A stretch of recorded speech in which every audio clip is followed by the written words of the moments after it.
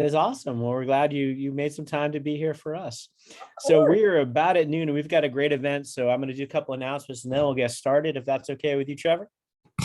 Trevor says it is, so that's awesome. So first of all, my name is Don Saucier. I'm the Faculty Associate Director of the Teaching and Learning Center. You've come to the Professional Development Series, and that's awesome. We are so glad that you're here. We got a great event today.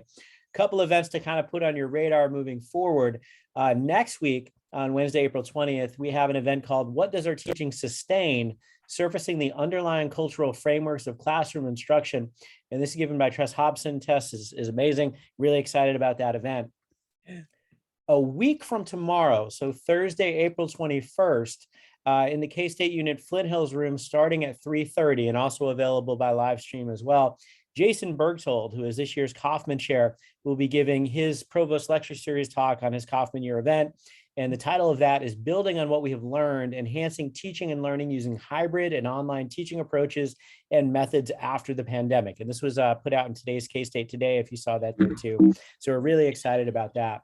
A couple other things we're excited about. We got the SOTO Showcase, the first ever, coming up, and my colleagues are going to drop links to these in the chat, I believe on Monday, May 9th, starting at 1:30, and I see people nodding, so excellent, got that right. We have had submissions close yesterday, or actually 2 days ago. We have a great slate of events that we're putting together for you to hear what our colleagues are doing across campus in their teaching. So that's going to be an awesome event. And this is our first annual. So if you're like, wow, I just want to see what it looks like before next year's, you can do that. And then maybe next year you submit if you haven't already. But I actually know that a number of you on this call right now have submitted, and I'm really excited to give you an opportunity to present some of your ideas with our campus.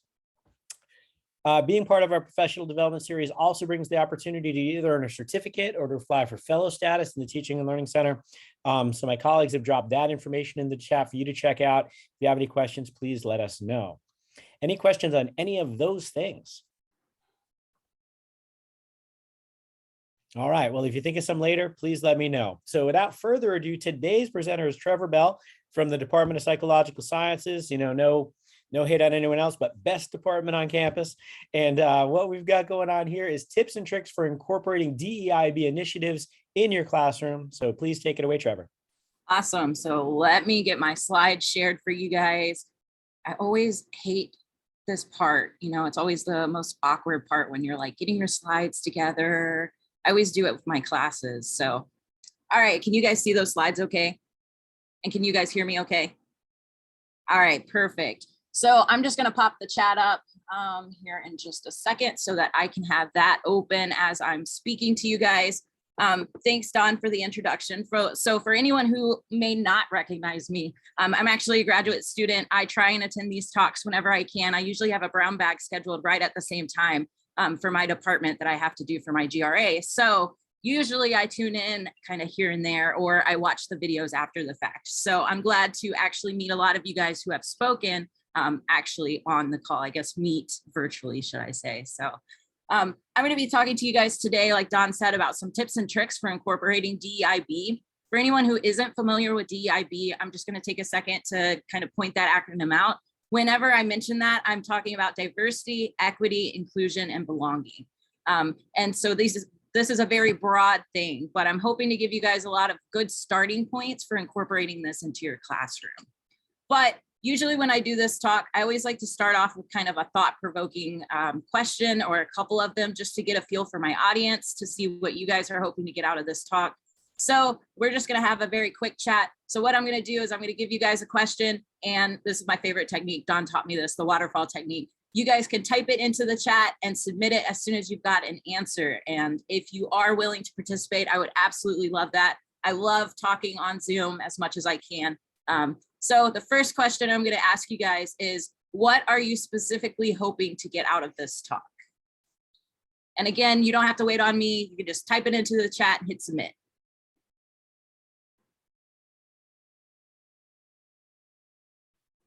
All right, Don, things I can use in my class tomorrow. Nice. To be more inclusive for all students, new techniques, and oh, the chat is moving fast. You guys are great. And validated techniques, practical tips to use in the class, good practices or activities, concrete examples. To what extent should we share our own personal experiences with students? Noah, I don't have that built in, but that's always something we can discuss. How to implement this in a science class setting, that's a very good one. Finding ways to make students feel the classes are more inclusive, strategies for supporting students' perspectives from others in other fields, how to make students feel they belong, and how to connect this with all different learning types. So luckily, the majority of what you guys are wanting is going to be in my talk in some form. Now, some of these are going to be a lot of the science classrooms, things like that. That is a topic in itself, right? And I'm going to try and cover that to my best ability, but I am going to give you guys resources to go to that. And I highly encourage you to check out all kinds of scholarship in terms of Google Scholar is a great way to do it with science classrooms. But I do have some citations built in that looked specifically at science classrooms that I can always share with you guys. So glad to know that roughly we're on the same track here. The second question I got for you guys is, in your own opinion, why is this important to discuss? So I just want to know why you think this is a good thing to talk about.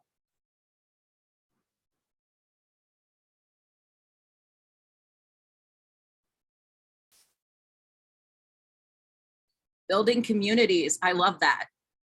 To best teach students from a diverse background. Yes, all of our students need to feel they belong. Our students deserve it. Students can't learn if they don't feel safe and included.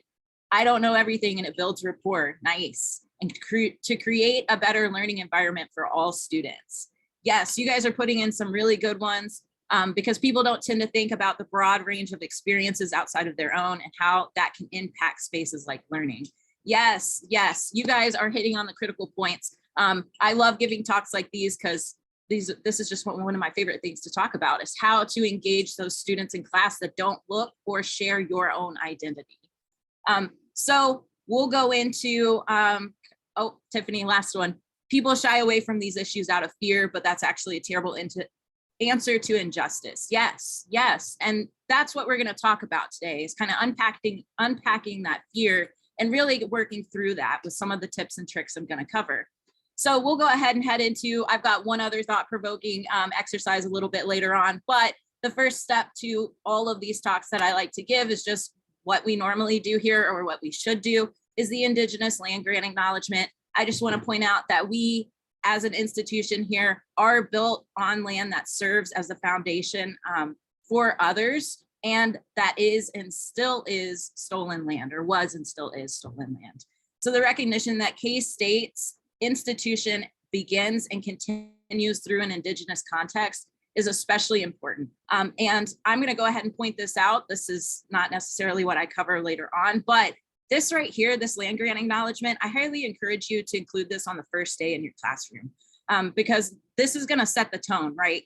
Dawn always taught us in the teaching apprenticeship that the first day, the first thing you open with is going to set the tone for your classroom. If you open with an Indigenous land grant acknowledgement, you're setting a precedence to your students that you acknowledge what has happened in the past, and you want to not necessarily celebrate that, but recognize that and point that out and correct that and let people understand that context. So I highly encourage you to include this if you don't already. I include this on the first day of class. I've gotten some really good kind of, there's also a video. I know Noah's dropped the video before. The video is really cool. So I always like to include the video on my first day of class. So now what I'm planning on covering today, a lot of this is going to come from my own personal experience. And so I do want to recognize that these are going to be my individual experiences that I talk to you guys about today. And others might share similar experiences with me, but how I'm perceived compared to others might be vastly different because I still benefit from white privilege. And to go ahead and let you guys in on a little bit of my own personal experience. So I'm actually in the middle of transitioning to become my true authentic self. And before that, I did previously identify as a lesbian woman. And so you will hear a lot of those experiences as a lesbian woman, as well as some of the trans experiences that I'm kind of celebrating now. So these are going to be a lot different, right? Because I am a white person navigating these spaces and I still benefit from my own white privilege. So that is the main thing I want to point out, is that my experience is going to be vastly different.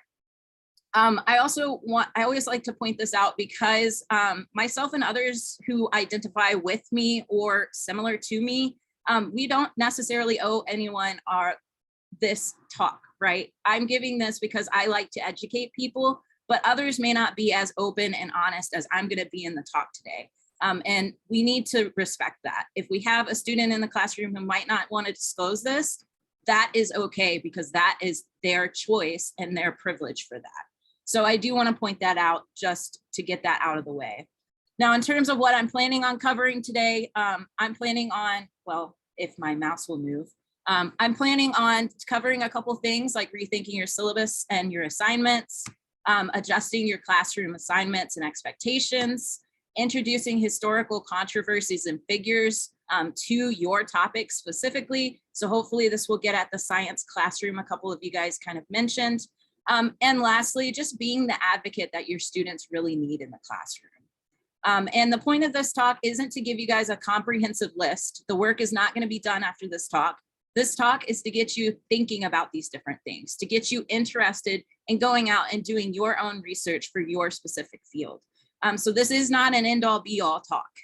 This is just going to be me covering some really good highlights, some things that most people either don't think about or have thought about but aren't sure how to implement. And I can absolutely guide you guys in terms of resources. I have a lot of resources that I love to give out if you ever need them. So with that, the very first or last, I guess, thought-provoking exercise I want to do is to give you guys another question. Now, when I give you guys this question, I don't want you to put it in the chat because this is going to ask something a little bit more personal than normal. So you don't need to put this in the chat. This is just to get you thinking. So I want you to, once again, my mouse is not wanting to work. Think back to a time you felt seen in a class you've taken. The very first time that you felt an instructor did something to validate your identity, or looked like you, or identified with a group that you identify with. I want you to just think about that for a second.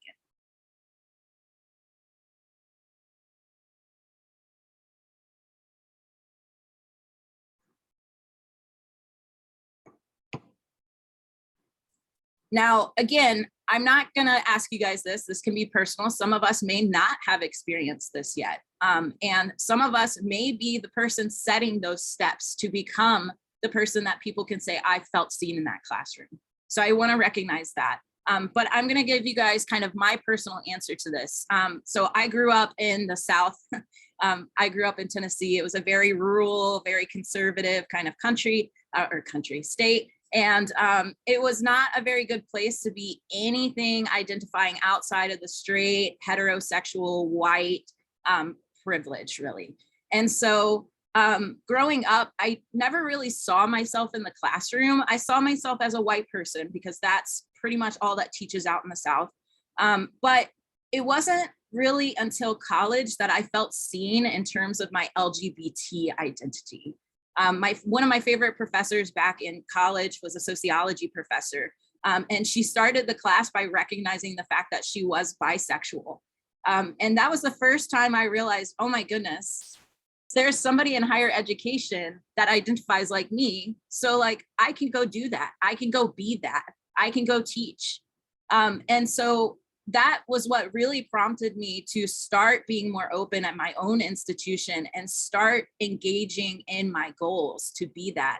Because I had originally had this barrier of like, I have to be a white male scientist, and that wasn't necessarily true, right? And so that's why it's important to discuss these types of things, because we want everyone to be empowered when they walk into our classroom. We want everyone to see themselves in some part of you, or at least be seen in your classroom through the things you do. So today I'm going to give you different ways you can empower your students and hopefully help you guys. And this talk isn't to criticize anyone. This is just to help us do better in our classrooms to reach all students, regardless of how they identify. So with that, I am also going to say, when I give these talks, I have a lot of slides built in, and it's fine if I get through my slides, but what I really like to do is I like to have a conversation with the audience.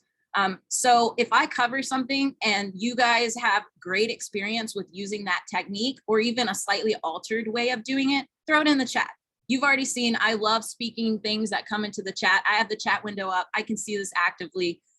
And so I will shoot that out there, because what I'm aiming to do today is not only give you guys tips, but to also use our collective knowledge to build on these tips. Because you can have my slides all day long, but you can't necessarily have the knowledge that we have in this Zoom room right now. And so I do want to point that out, that if you put anything in the chat, I would love that. I love participating. I love having this as more of a conversation rather than me lecturing at you guys. But with that, I will go into rethinking your syllabus and your assignments. So your syllabus is just automatically kind of grounded in ableism and white colonialism, right? And this isn't necessarily anyone's fault. This is a product of our own culture. White men were traditionally the only ones allowed to teach, the only ones allowed to really do anything. And a lot of these policies developed from these white men. So you really have to start looking at your own policies and what you hold in the classroom to start dismantling that thinking. And so I'm going to point out a few things you can do to do that. Now, the first one I'm going to encourage you to do, if you don't already, and we'll cover that, is to add a multicultural statement to your learning objectives as possible. And I will give you an example of one I use in my classroom, but this is really, really the easiest way you can do it, right? And if you can't necessarily do it in your learning objectives, you can do it in your syllabus. In fact, you're supposed to be doing it. And I'll show you guys kind of that too. But one of the things that I like to do when I add the multicultural statement for my syllabus is I always add it. I've got it highlighted down here, number 5 for you guys. Understand how the dark side of psychology contributed to discrimination against historically underrepresented and excluded groups through manipulated views, myths, and falsified data. Now, this is, I should have prefaced this with, I teach general psychology. It's a very broad overview of just all the fields within psychology. So I have a little bit more leeway with this. And so I put this in my syllabus because this is one of the main goals.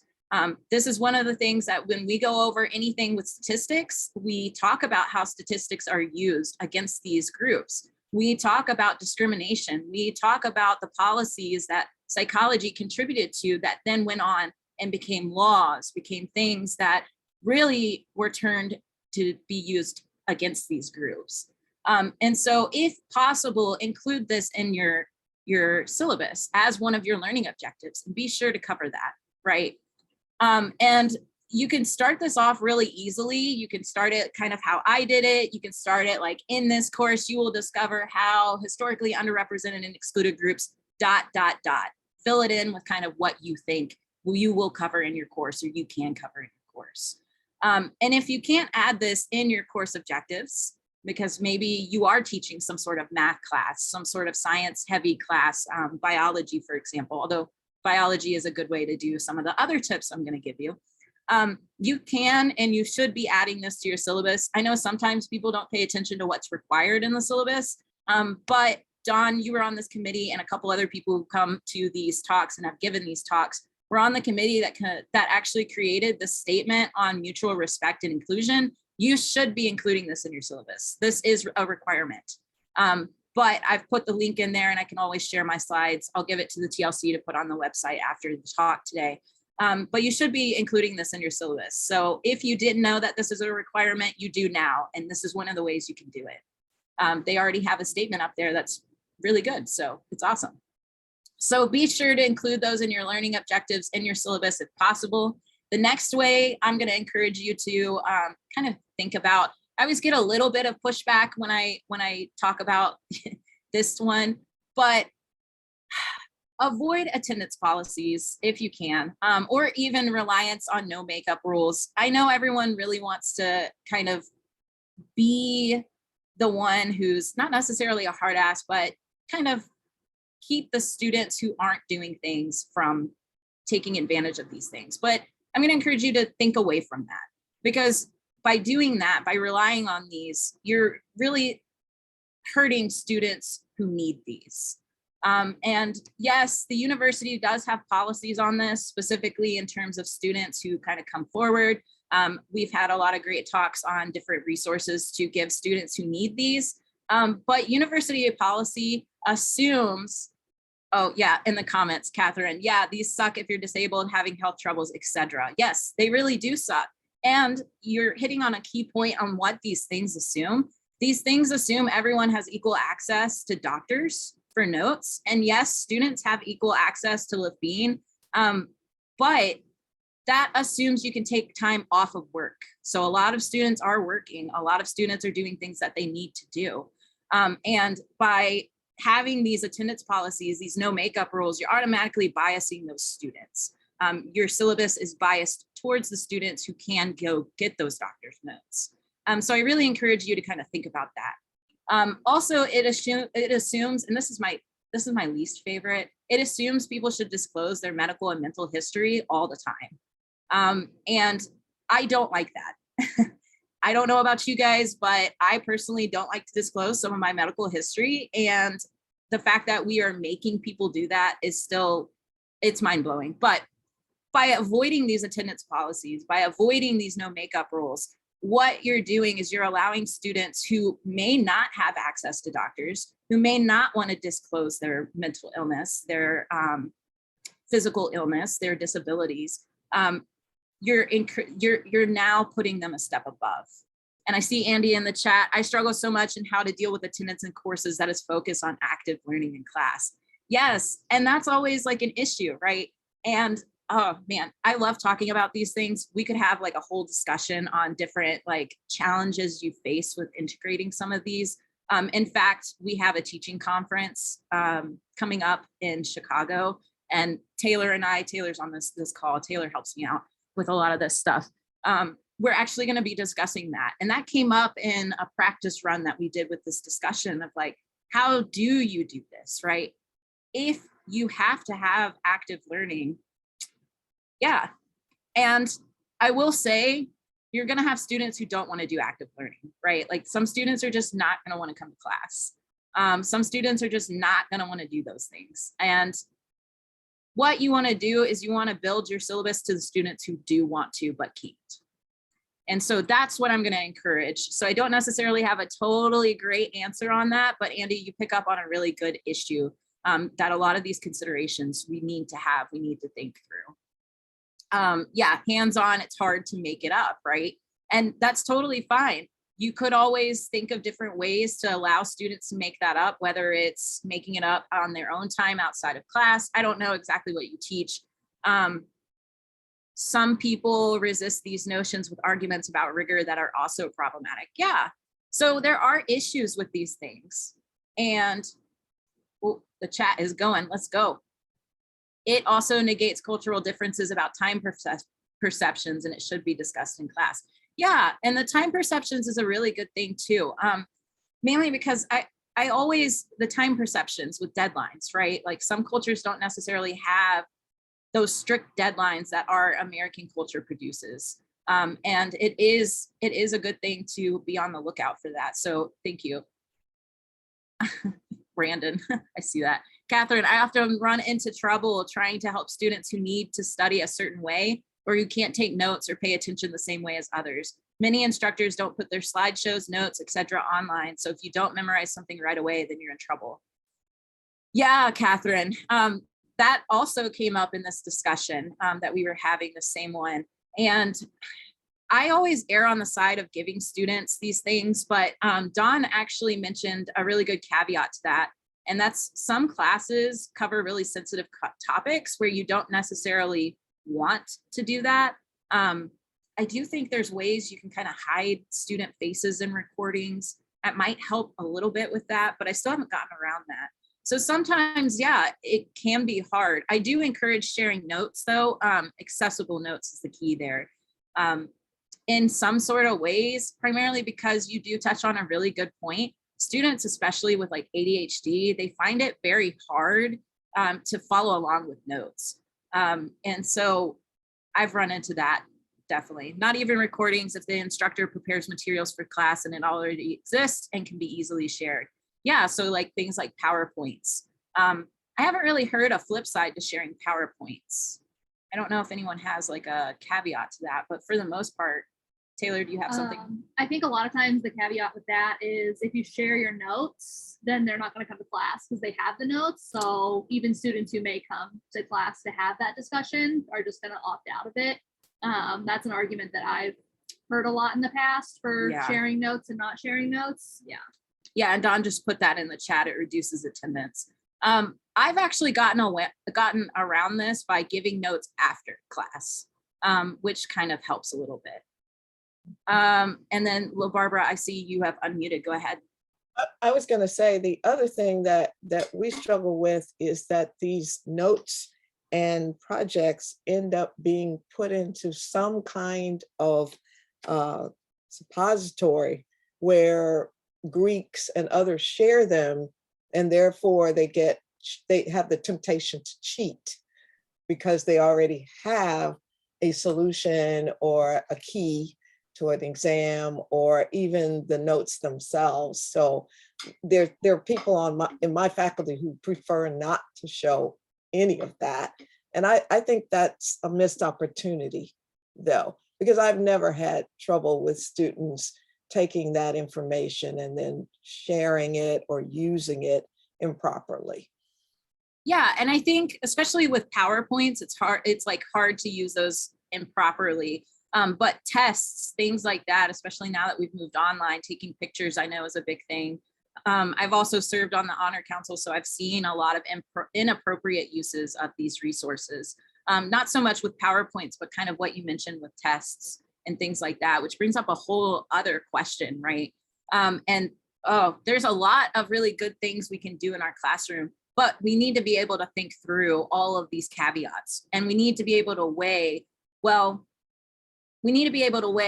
we need to give our students, which is accessibility, openness, inclusion, all of these important things with what we want them to get out of our classroom.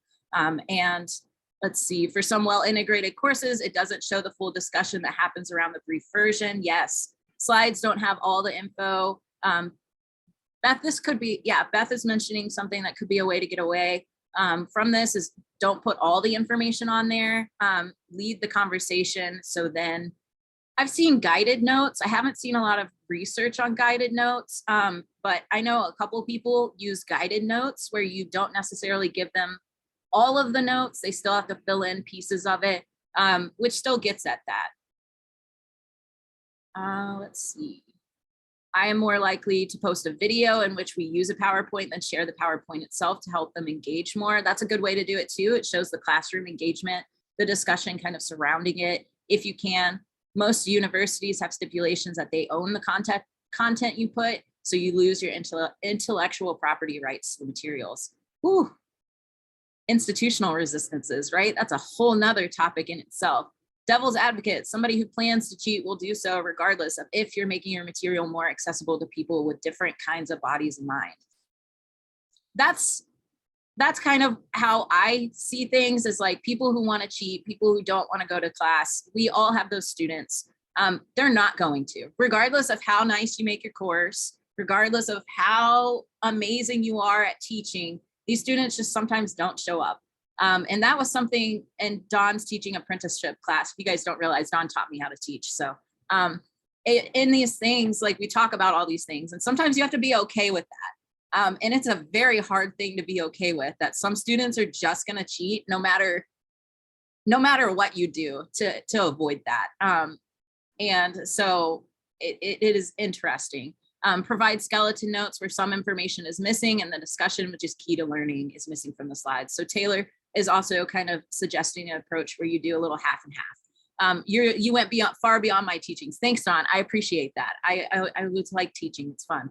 I also think it's dangerous to assume that students are cheating or don't want to learn. I try to always assume the best intentions from students. Yeah, and that's the biggest thing, right? Is always assume there's something going on behind the scenes.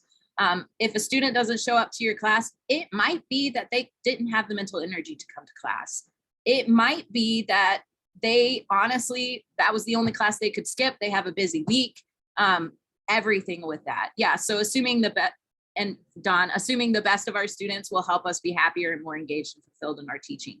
Yeah, so that's the side I err on as well. As I just say, if they don't want to come, that's up to them. Whatever they have going on in their life is not mine to discuss. What I want to do is provide a way that I can give them information, even if they have those rough days, right? So even if they can't show up, even if they maybe want to show up, but there's something stopping them, I want to be able to still engage that student the best I can. And also, there is an interesting thing about cheating, right? Going back to cultural perceptions, things like that. Some cultures don't necessarily have like what we find as cheating because it's more of a collectivist culture, so they're more likely to work together. So I do want to also say that our perceptions of cheating are based on the American perception of cheating, which opens a whole nother can of worms in itself. And so, Andy, you're hitting on some good points that always assume the best. And even with the cheating stuff, always assume that maybe you just don't know. And so these are all good things. I'm glad you guys are kind of talking about these good things, because with everything comes caveats, right? And the important thing is I'm giving you guys tools that you can tweak according to your liking. And I'm hopefully encouraging it seems like a really good discussion on these different things that we want to use in our classroom or should use. So I really appreciate you guys engaging in that with me and bringing up all these different caveats and kind of discussing these different things. So like I said, I'll read anything that comes into the chat. I always like reading stuff. So I'll go ahead and keep going. We had a great discussion. Thank you guys. Another way you can kind of incorporate different things is adding diversity statements or prompts for relevant course proposals. I'm speaking primarily to graduates, anyone teaching a graduate course, because we have to write these anyways for like the majority of like the job listings or even proposals, right? So I'm in a research field. Whenever I have to do a proposal for any kind of grant, like I have to write a diversity statement related to my work. And so providing these opportunities for students to go ahead and get used to that is a good way to also incorporate that. I wouldn't say this is like the biggest one to incorporate, and we've mentioned a lot of really good ones to incorporate, but this is a very easy way to do this. And a very easy way to start prepping your graduate students to start thinking about this. Or even if you teach research methods or anything that requires some sort of like grant writing, I would highly encourage you to include diversity statements because we're going to have to write them anyways, right? Like we need to be writing those. We need to be thinking through these things. Catherine, merging this discussion and the medical disclosure, also assuming students know about a condition that makes it difficult for them to succeed in a very traditional classroom, such as developed depression and haven't realized it, or if they were diagnosed with ADHD when young because they did well in school but are now struggling. Yeah, so that happens a lot too, is like you don't realize these things until you start struggling, and you might not struggle until you get to a certain point.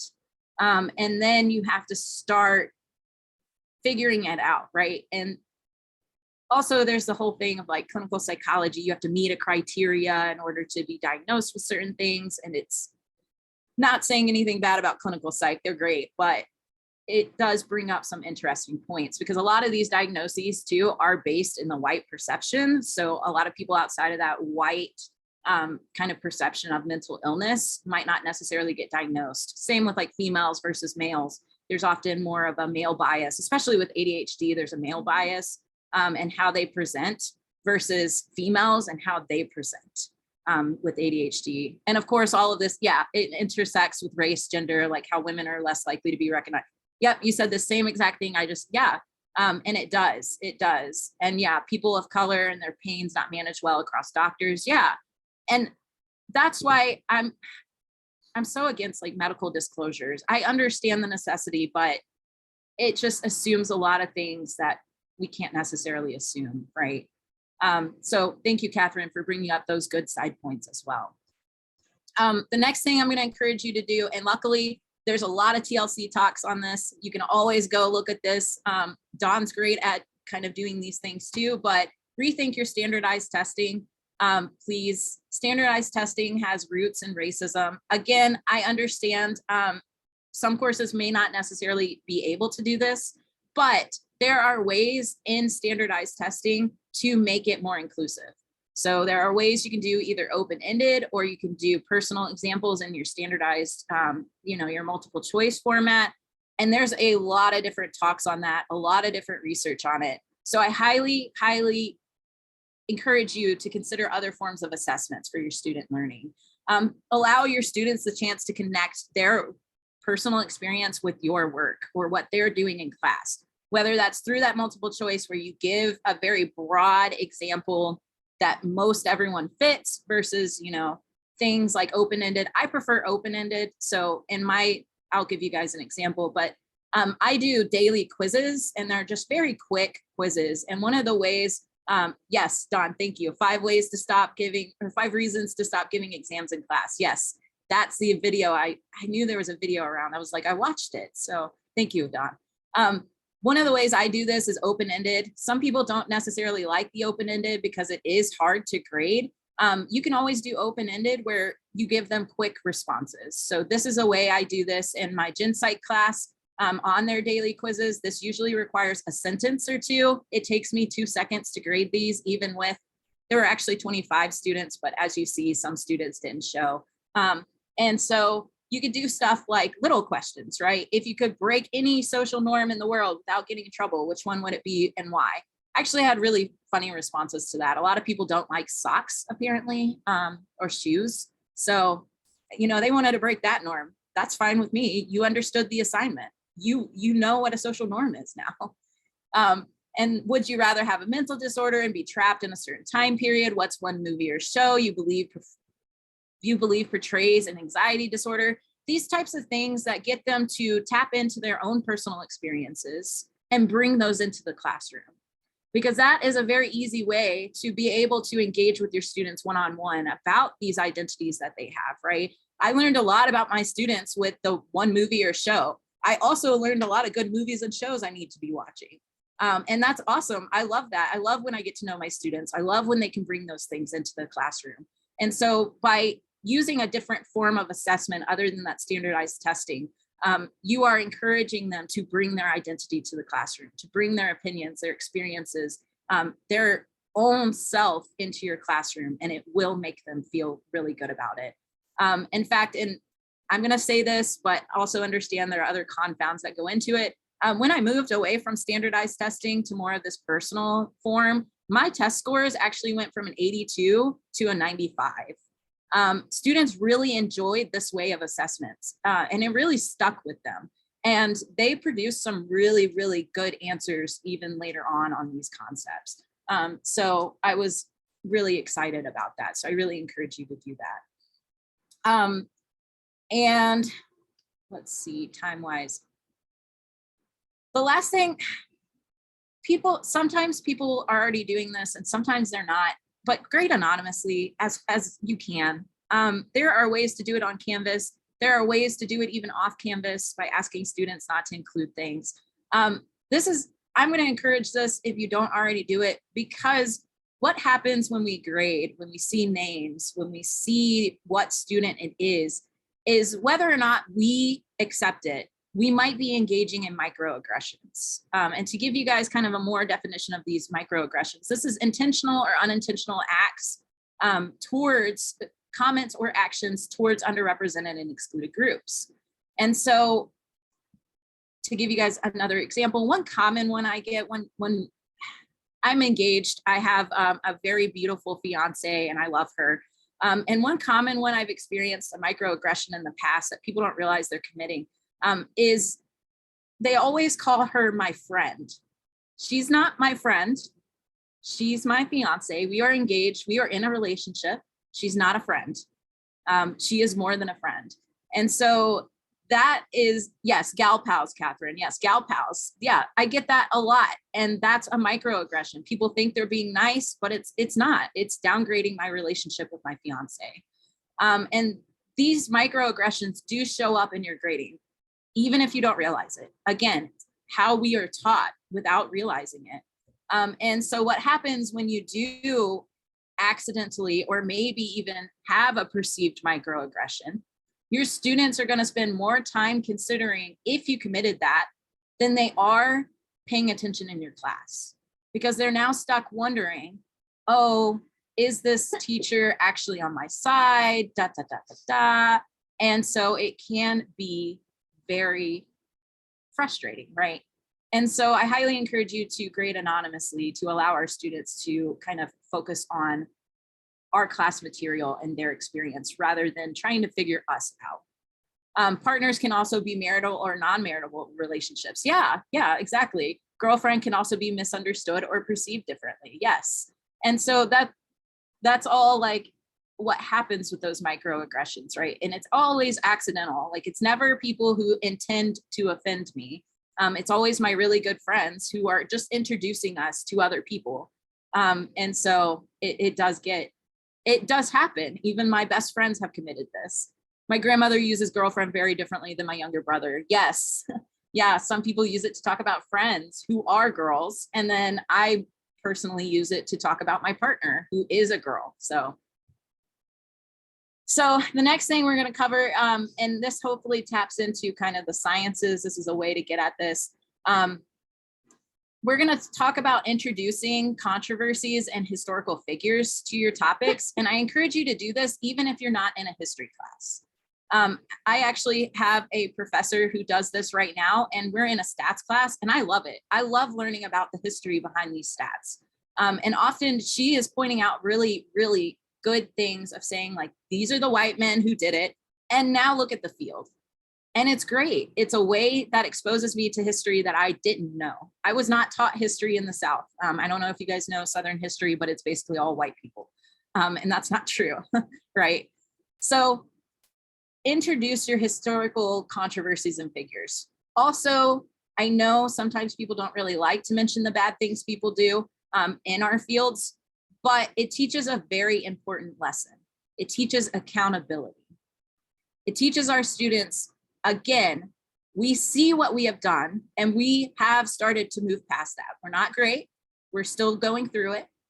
But this is what has happened in the past. And this is how we've overcome this. And this is how we're going to continue overcoming it. And so I always like to say that all fields, no matter what field you're in, whether it's psychology, sociology, biology, they have contributed to societal problems, no matter what. And our research can be used badly, regardless of how we intend that, mainly because bad people are going to do bad things with data. We've seen that, right? We've all seen the falsified data, the misinterpretations, and that have led to these problems. So our fields do contribute to these views, again, regardless of how we want them to, and these myths. And so we need to be pointing this out. We need to introduce these historical controversies. We need to call out the sexist, the racist, the ableism, the homophobic, all the isms in our classroom. Because this is going to teach our students, one, you need to call things out, and two, you need to take accountability for those actions. So again, I do this, I love doing this in my general psychology class because often most of these people aren't taught these things, right? Bless Thank you. Yeah, often a lot of these things aren't taught to our students. Again, I was raised in the South. A lot of the stuff that I've learned in grad school, I've never learned before. This is the first time I've learned them. And so I do this by pointing out controversies like standardized testing, for example, with racism. We have a section devoted to that where we do talk about that. We do talk about the fact that there historically have only been white men in psychology, and eventually it has evolved to be more inclusive. Still not perfect. We still have a lot of issues in psychology. And it has echoed very loudly with a lot of my students, actually. In fact, when I actually asked students what their favorite thing, what's one thing they want to not forget from my classroom, this was open-ended, this was at the end of the year. I said, do anything you want in class, I don't care. And it seemed to resonate really well with them. Several of my students really pointed out the fact that I did cover these historical controversies, these historical figures that they never knew about. And they really took that away with them. And in fact, and hopefully you guys will see this at the SOTL next year, I am planning on doing some kind of DEIB research in my classroom this coming semester. So I'm very excited to kind of hopefully be able to present some research like that. Stu, I also like to include historical examples of research in psychology that's been used to fight against systems of oppression, such as Kenneth and Mamie Clark's doll experiences in legal cases against school segregation. Yes, these are all good ways that we can do it. I know there are ways to do this in all of our fields. And all you have to do is go look for it. And that's the issue a lot of people have, is they don't want to go look for these things. But I encourage you to go look for these things, because these things are important to tell our students, and it resonates with them. I mean, this right here, you could take this as anecdotal evidence that it resonates with them. And these were my primarily white students. And they really enjoyed this, and they really took away things that were important for them to take away. The problem for faculty is finding time to research these additions when faculty have so much information to cover with the disciplines. Yes, but I still encourage you to do it, because it's also hard for graduate students teaching to do it, and we do it too. It's also hard for a bunch of others. So when I hear the time excuse, I do recognize that not all of us have free time. But I think hiding behind that excuse of not having time is an injustice, going back to what Tiffany said earlier in the chat. So even if you have a spare 5 minutes to do 2 quick research, like find 2 quick articles, not necessarily read them, just find them. That is what I would encourage you to do, because it is important to do. It is worth our time to do it for our students. And Trevor, I'm just going to say this instead of trying to chat. The other thing that I hear a lot of people ask, as if I know everything about Black history, is, well, where do I go search? I'm not even sure what subject or information to enter into the computer to get at something that I can use in a class. So how do you address that? So I get this with a lot of trans and gay stuff. So I'll tell you how I personally deal with it. So I usually will call them out and just be like, well, I mean, I don't know, like just Google something. Like that's usually my go-to response, because it's not up to me. It's not up to us to teach other people. If we would like to teach them, we can, but it's not up to us. You have to put in the effort to teach yourself, right? That's why I, as a white person, love to teach other white people about diversity and belonging and inclusion, because it's not up to anyone who is a minority to teach me these things, or to teach us as white people these things. It is up to us to teach ourselves. So that is how I handle that. Is that the most appropriate way? I don't know, but it helps me, because I don't want to take on that mental load. I don't want to have to teach people unless I want to, right? Like if I want to volunteer my information, if I'm in a better mood, then I will give them some things. Start with Stonewall. It's usually my go-to. Start with Stonewall for mine personally. So that is how I approach this. If anyone else has any different ways that they approach this, you can obviously speak up. But my biggest thing is I'm like, I don't know, just Google something. So I'm a little bit more sassy though, but. So Barbara, I don't know if that gets at your question, but I appreciate you putting that out there. So yeah. And introduce these figures, right? Oh, Angie, go ahead. Well, as a librarian, I can't just tell people to Google something because of the sheer amount of crap out there. Especially when it comes to some of the disability stuff. I mean, some of it is pretty unbelievable. So I do try to have a few things that I can tell people to go to, simply because I know the quality of information is terrible. Yeah, and especially when it comes to people with disabilities. There's a lot of mainstream myths, a lot of things you can't even find necessarily on Google that can be really frustrating. And I see Catherine is mentioning a similar thing as you, Angie, where here are some good researchers or sources to direct the Googling. And if you want to do that, yeah, that's a great way to do it. You know, here are some starting tips. I actually have them in the slides of like resources for people to start doing these things. They're later on in the slides, and I can always give those resources out. Giving resources out is a good thing to do for sure. And Andy, in terms of finding time, it helps to keep these questions at the forefront while we are reading our own research. Whose voices are being elevated and whose are missing? Yes, Andy, I love that. We could do that even just reading, right? Like having these things, being mindful of what people are saying and how it's being taken away. And so I really like that, Andy. So you can still do this while actively reading as well. So yeah, go find those historical controversies. Go find those figures. They are everywhere. There are books out there. Angie might have resources if Angie's willing to give them to us, you know, if Angie mentally wants to take on those resources and give those to us. Reach out to people who do know. It is fine to reach out, but also understand that sometimes groups, like exactly how I respond, might be the response you get. And that's okay. Like, it should be okay for us to not take on that mental load. And so just be mindful of that. And be mindful of the fact we don't speak for all people in our group, right? I don't speak for all trans people because there are experiences I can't speak to. I can only speak to a white trans experience. That is it. And really, I can't even speak to that. I just now got into this. So, but yeah, go find the time, even if it's just 5 minutes, even if it's while you're reading, find the time. There are so many disciplines that are now not male dominated. So some of these issues are gender oriented. Yes. Yeah, and that's true. Like, I know psychology is getting a little bit better with kind of the male versus female aspect of things. And yeah, it's getting better, but there's still some higher up institutional things that are like issues, right? So there are still groups who aren't incorporated in the higher ed. So now I know we're almost out of time.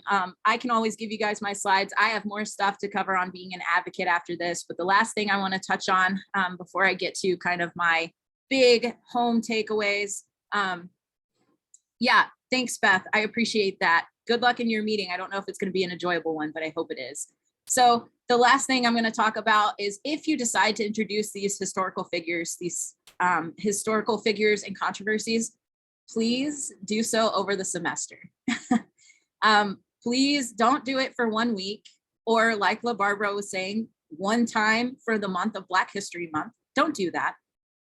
Please don't do that. When you do that, you are giving them a hidden message.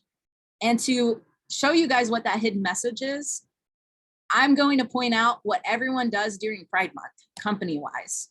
What they do is they say, oh my goodness, it's Pride Month. I'm going to change my icon. I'm going to be inclusive. I'm great. And then they change it back as soon as it's over. And that's the message you're giving your students. Is you're saying, I recognize you for this month, this week, this day. Okay, you're in the background now. So again, like Andy was talking about, make that a forefront. Make that something you are doing continuously across the semester. Don't do it when it's only convenient, because what you're saying is you're a convenience to me and I don't recognize you outside of that convenience. So just be aware of those messages that you could be sending unintentionally, and be aware of the resources that you have around you. Or they rainbow wash while doing a lot of business. Yes, yes, yes. It is, they really like doing that. Companies with Pride Month that's an interesting topic. So I do recognize we're almost out of time. So I will start wrapping up and give you guys my take home message. Again, I can always give you the information on being an advocate your student needs. But honestly, like I said, I don't really like to get through my slides. I love to have this discussion, this one-on-one interaction, these different things to think through and incorporate in our classroom. So the last thing I'm going to leave you guys, the take home message from today's talk, is that diversity, equity, inclusion, and belonging is important to us as educators, just hands down. If that's one thing I want you to leave with, that's it. It's what separates a tolerant environment from an accepting environment. And these are two different environments. A tolerant one is going to say, okay, you're there. An accepting one is going to say, I see you as you are, and I honor you as you are. And we need to be that accepting environment. We don't need to be tolerant. And you might think, again, you don't have time to do this, but I promise you that is an excuse. It's an excuse because there are individuals who have to make time to make sure that they're safe in an environment. For example, I have to make sure businesses are okay. Like when I went to go take engagement photos, when I was still identifying as a woman, I had to make sure the photographers I was talking to were okay photographing a lesbian couple. And if I have time to make sure that an environment's safe, you can have time to make sure your classroom is safe for me to be included. And so I'm going to encourage you to put those 5 minutes into that research if you have to. And Jack, I see your comment. Good point. Consistency sends the right message. Making diversity and inclusion continuous rather than in one class demonstrates the value of diversity. Yes. And that is also a really good takeaway to end on as well. So I do want to say a special thanks to you guys, a special thanks to the Teaching and Learning Center for allowing me to give this talk. Thank you guys so much for engaging and discussing these important points. I also want to thank a lot of resources that help contribute to this. Faculty Focus is a big one. Dr. Deborah Bolton, Dr. Brandon Haddock, and honestly, Taylor, you guys, I don't know if Taylor's on cam, but Taylor helps me kind of think through these things, and Taylor's doing a lot in our department with me to kind of go forward with these diversity and inclusion initiatives. But if you guys have any questions or anything like that, I will share my slides with the TLC. You can always shoot me an email. I always love to talk about this stuff and share my knowledge. So thank you guys. Yeah, thank you, Lil Barbara, and thank you for your interesting points. And Don, I will let you take away in case you've got any announcements. Thank you. I do have some announcements to make, but before I do that, thank you so much, Trevor, for sharing your thoughts with us and for being willing to share your slides with us. We can disseminate those to everyone who is interested, and hopefully everyone will take those and do real things after having seen them. One of the big issues I have sometimes with events like this is people think having gone to the event is having done the work. It's not. It's starting to learn about the work you have to do afterwards. And Trevor and Taylor as well, I feel very upgauged after having been in this event today. And if you don't know what I'm talking about, come to the social showcase and you'll learn. So thank you all for being here. A couple of announcements before we finish up. Next week's event, same bat time, same bat channel, will be Tess Hobson talking about what does our teaching sustain, surfacing the underlying cultural frameworks of classroom instruction. Next, a week from Thursday, Jason Bergshold, this year's Kaufman Chair, will be presenting on building on what we have learned, enhancing teaching and learning using hybrid and online teaching approaches and methods after the pandemic. That's Thursday, April 21st at 3:30 in the Flint Hills room of the Union. That's also available over live stream. That was announced in the K-State first and the K-State Today this morning. Also, you have the opportunity to get a TLC Professional Development Certificate or become a TLC Fellow. That information is available for you on our website. Please let me know if you have any questions. And then that SOTL Showcase, that first annual TLC SOTL Showcase is going to be May 9th, that Monday, starting at 1:30, and that's going to be in Hale Library. So check that out. We're really excited about an awesome lineup of our colleagues at K-State sharing their teaching. Those are our announcements. Please let me know if you have questions. And otherwise, thank you again so much for taking our time. Thank you one more time for Trevor for sharing those awesome thoughts today. Yeah, no problem. Thanks, guys.